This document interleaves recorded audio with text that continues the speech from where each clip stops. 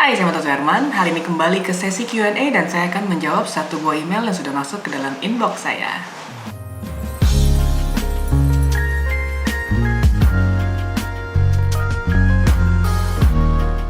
Makasih banyak buat teman-teman yang udah kirim email ke martasuherman@gmail.com. Hari ini saya akan memilih satu buah email untuk dibahas. Dan email yang saya pilih adalah email dari Umah Wedding. Alamat emailnya adalah umahwedding1@gmail.com. Di sini ada pertanyaannya, selamat pagi, siang, sore, atau malam Cici. Mau tanya, ini hal yang banyak diperdebatkan oleh fotografer di grup Facebook. Lebih baik upgrade gear atau upgrade skill? Banyak sekali fotografer yang mendewakan skill adalah segalanya, dan gear hanyalah alat. Seperti tidak butuh alat yang canggih. Gimana nih menurut pandangan Cici? Itu aja, terima kasih dan selamat sore. Nah, sebelum saya masuk ke pembahasan yang kali ini, saya ingin ngucapin makasih buat teman-teman yang sudah support channel ini, yang sudah subscribe, dan buat teman-teman yang belum subscribe atau baru ketemu channel ini, jangan lupa di subscribe sekarang, karena setiap minggunya saya akan mengupload 2 buah video yang membahas seputar fotografi. Dan juga buat teman-teman yang mungkin menanyakan apakah bisa memanggil saya sebagai narasumber untuk kebutuhan kampus, perusahaan, ataupun komunitas, teman-teman bisa langsung kontak ke nomor di bawah ini. Dan juga buat teman-teman yang menanyakan apakah saya ada kelas offline ataupun online, teman-teman bisa langsung kontak ke nomor tersebut. Nah, pertanyaan yang kali ini menurut saya cukup menarik dan lumayan klise, tapinya lumayan sering dibahas dari tahun ke tahun, dari dulu pertama kali saya belajar fotografi sampai detik ini. Dan ini saya rasa bakalan terus akan dibahas untuk beberapa tahun ke depan mungkin ya. Tapi ini hari ini saya akan coba share apa yang menjadi pendapat saya terhadap opini yang mana lebih baik upgrade gear atau upgrade skill. Karena di sini mungkin nanti akan banyak pro kontra juga dari teman-teman sekalian, tapi teman-teman juga boleh berkomentar di kolom komentar kira-kira bagaimana pendapat kamu mengenai opini saya. Nah, buat teman-teman yang mungkin pernah terjebak di dalam sebuah komunitas ataupun perdebatan yang membahas seperti ini, sebenarnya teman-teman tidak perlu dipusingkan, karena ini adalah perdebatan yang tidak akan ada ujungnya. Dan sebenarnya yang mana yang lebih baik, yang pasti dua-duanya sama-sama penting. Gear dan juga skill adalah dua hal yang tidak bisa dibandingkan menurut saya, karena dua-duanya itu adalah sesuatu yang merupakan investasi. Jadi investasinya bisa berbentuk benda atau alat-alat seperti kamera, lensa, lampu gitu ya. Dan kalau kita bicara tentang skill, itu adalah kemampuan untuk investasi pada diri kita sendiri. Jadi inilah dua hal yang menurut saya tidak perlu diperdebatkan. Dan saya akan coba jelaskan juga buat teman-teman, sebenarnya masih banyak poin yang teman-teman harus perdebatkan supaya teman-teman bisa melangkah maju ke langkah berikutnya. Nah, supaya teman-teman di sini gampang mencernanya, saya akan coba kasih ilustrasi dengan pie chart ya.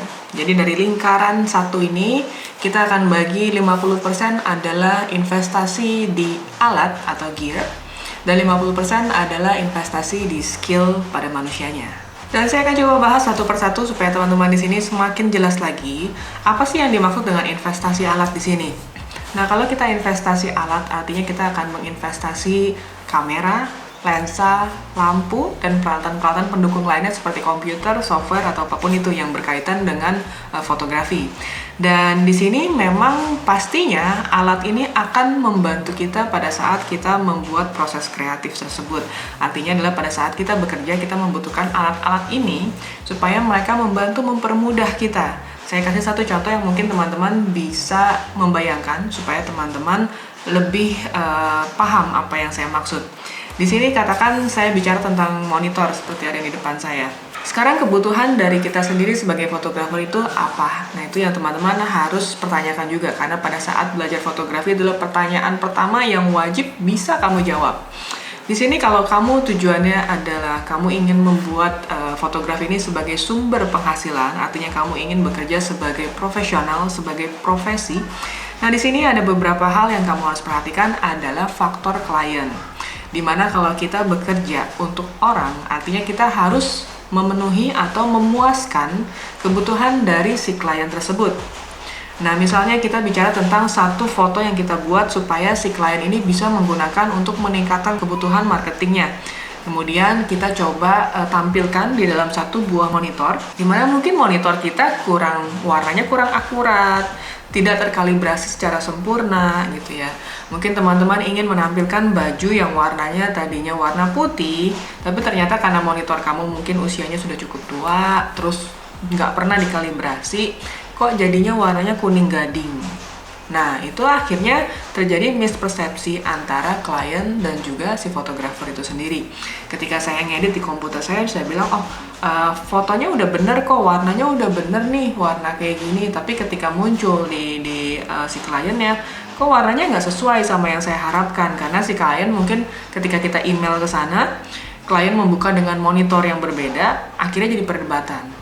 Nah, itu salah satu hal yang perlu diperhatikan. Jadi monitor pun kita harus perhatikan yang benar, kita harus kalibrasi sehingga kita bisa menyamakan persepsi antara kita dan juga klien. Itu salah satu contoh. Atau lainnya misalnya warna-warna kulit, ya itu juga bisa jadi problem. Atau misalkan brand identity. Kita bicara tentang, saya ingin memotret di satu bank tertentu yang warnanya logonya biru. Tapi di monitor saya birunya kayak gini loh, agak berbeda. Biru itu kan definisinya sangat-sangat banyak.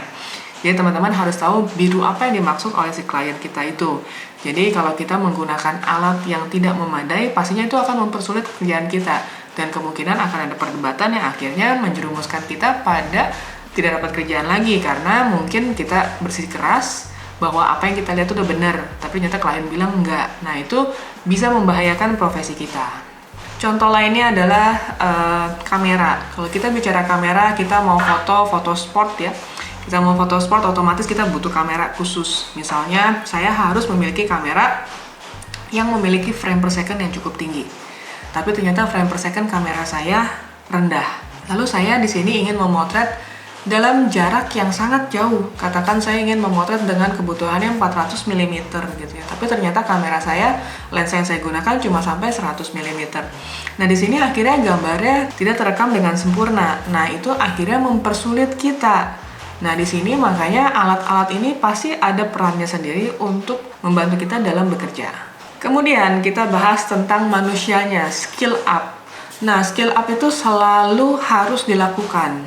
Dan ini biasanya otomatis semakin kita banyak memotret, semakin kita banyak ngejepret, lihat cahaya, lihat komposisi, otomatis kita akan menaikkan skill kita sendiri gitu. Nah, di sini makanya butuh proses latihan.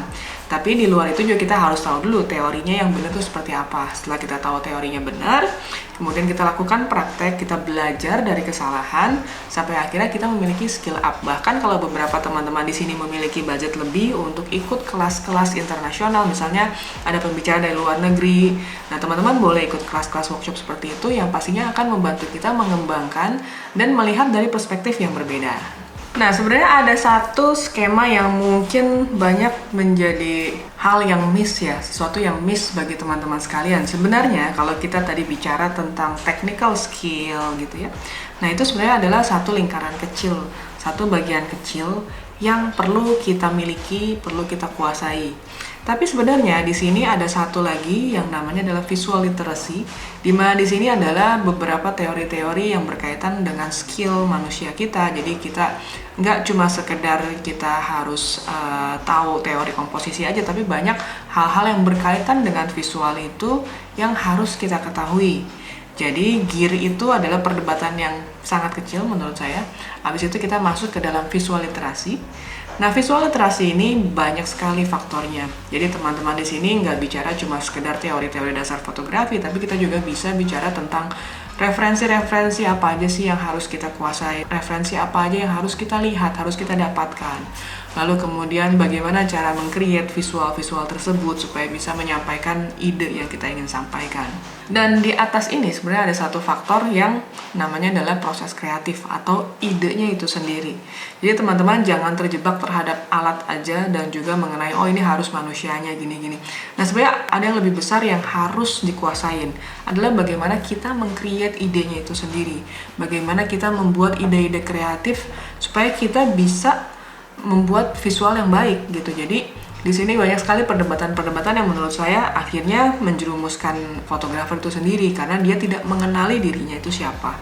Jadi ada beberapa fotografer yang mungkin dimulai dari hobi fotografi, ada yang memang menjadi seorang fotografer karena dia suka dengan proses dari fotonya itu sendiri. Tapi ada juga fotografer yang sebenarnya cintanya lebih ke editing prosesnya. Jadi dia mungkin tidak menjadi seorang fotografer, tapi mungkin menjadi seorang editor. Dan itu sah-sah aja di dalam dunia kreatif ini.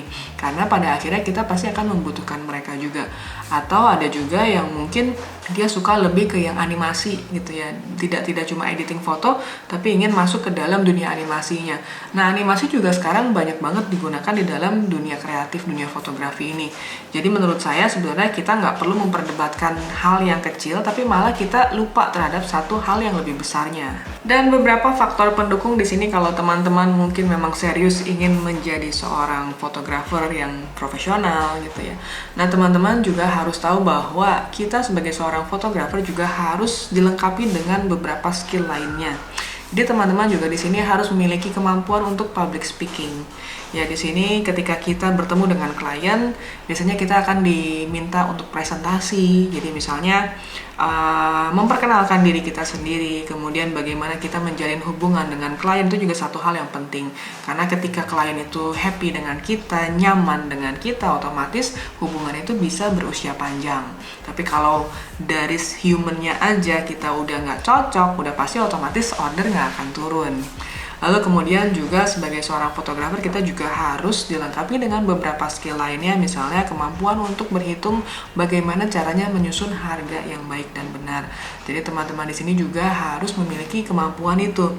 Jadi ketika kita bicara kita ingin menjadi seorang fotografer dan ingin menjualnya, kita harus tahu kita itu sudah menginvestasikan berapa untuk biaya pembuatan visual tersebut atau foto tersebut. Dan di sini juga teman-teman harus bisa menghitung dan bagaimana menjualnya supaya teman-teman bisa dapat profit juga. Kenapa profit ini menjadi satu hal yang penting bagi seorang fotografer? Karena kita seperti kita ketahui alat-alat kamera itu otomatis setiap tahun akan di-upgrade dengan kamera baru, lensa baru, software juga setiap 1 tahun sekali akan muncul software yang baru. Kalau kita nggak punya penghasilan di sini, bagaimana caranya kita mengupgrade alat-alat kita yang akan kita gunakan ini? Kecuali kalau di sini teman-teman menjadikan fotografi sebagai hobi, mungkin tidak perlu sampai ke level itu. Teman-teman bisa mendapatkan penghasilan dari pekerjaan yang lain sehingga membiayai fotografi ini bisa tetap berjalan sebagai hobi kamu. Tapi kalau kamu ingin terjun sebagai profesional, hal itu perlu banget untuk dipertimbangkan. Nah, jadi menurut saya kalau teman-teman di sini masih ketemu dengan komunitas yang masih mendebatkan hal-hal seperti itu, rasanya akan menjadi hubungan yang sangat toksik ya kalau kita hanya stuck di situ tanpa bisa membuka perspektif kita lebih sesuai dengan kenyataan pada saat kita berhadapan dengan produksi atau industri dari fotografi itu sendiri. Jadi teman-teman di sini sebaiknya mudah-mudahan penjelasan yang saya jelaskan ini bisa membantu teman-teman menjawab kegelisahan atau mungkin perdebatan yang tidak ada ujungnya. Dan satu hal yang mungkin teman-teman harus ingat bahwa fotografi itu sangat menyenangkan, sangat fun, dan harusnya menjadi satu hal yang bukan menjadi perdebatan, tapi harus yang bisa saling mengisi, mengkolaborasi, karena setiap seniman, setiap fotografer itu memiliki karya yang berbeda, dan itu yang membuat fotografi menjadi semakin menarik. Dan demikian penjelasan saya kali ini. Jadi buat teman-teman yang kemarin masih bingung dengan perdebatan tersebut, jangan khawatir lagi. Tapi juga buat teman-teman yang mungkin ingin menyampaikan opininya, bisa tulis langsung di komentar di bawah ini. Dan buat teman-teman lainnya yang mungkin ada pertanyaan, silahkan email ke martasuherman@gmail.com. So, thank you for watching. Jangan lupa like, comment, subscribe, dan juga share.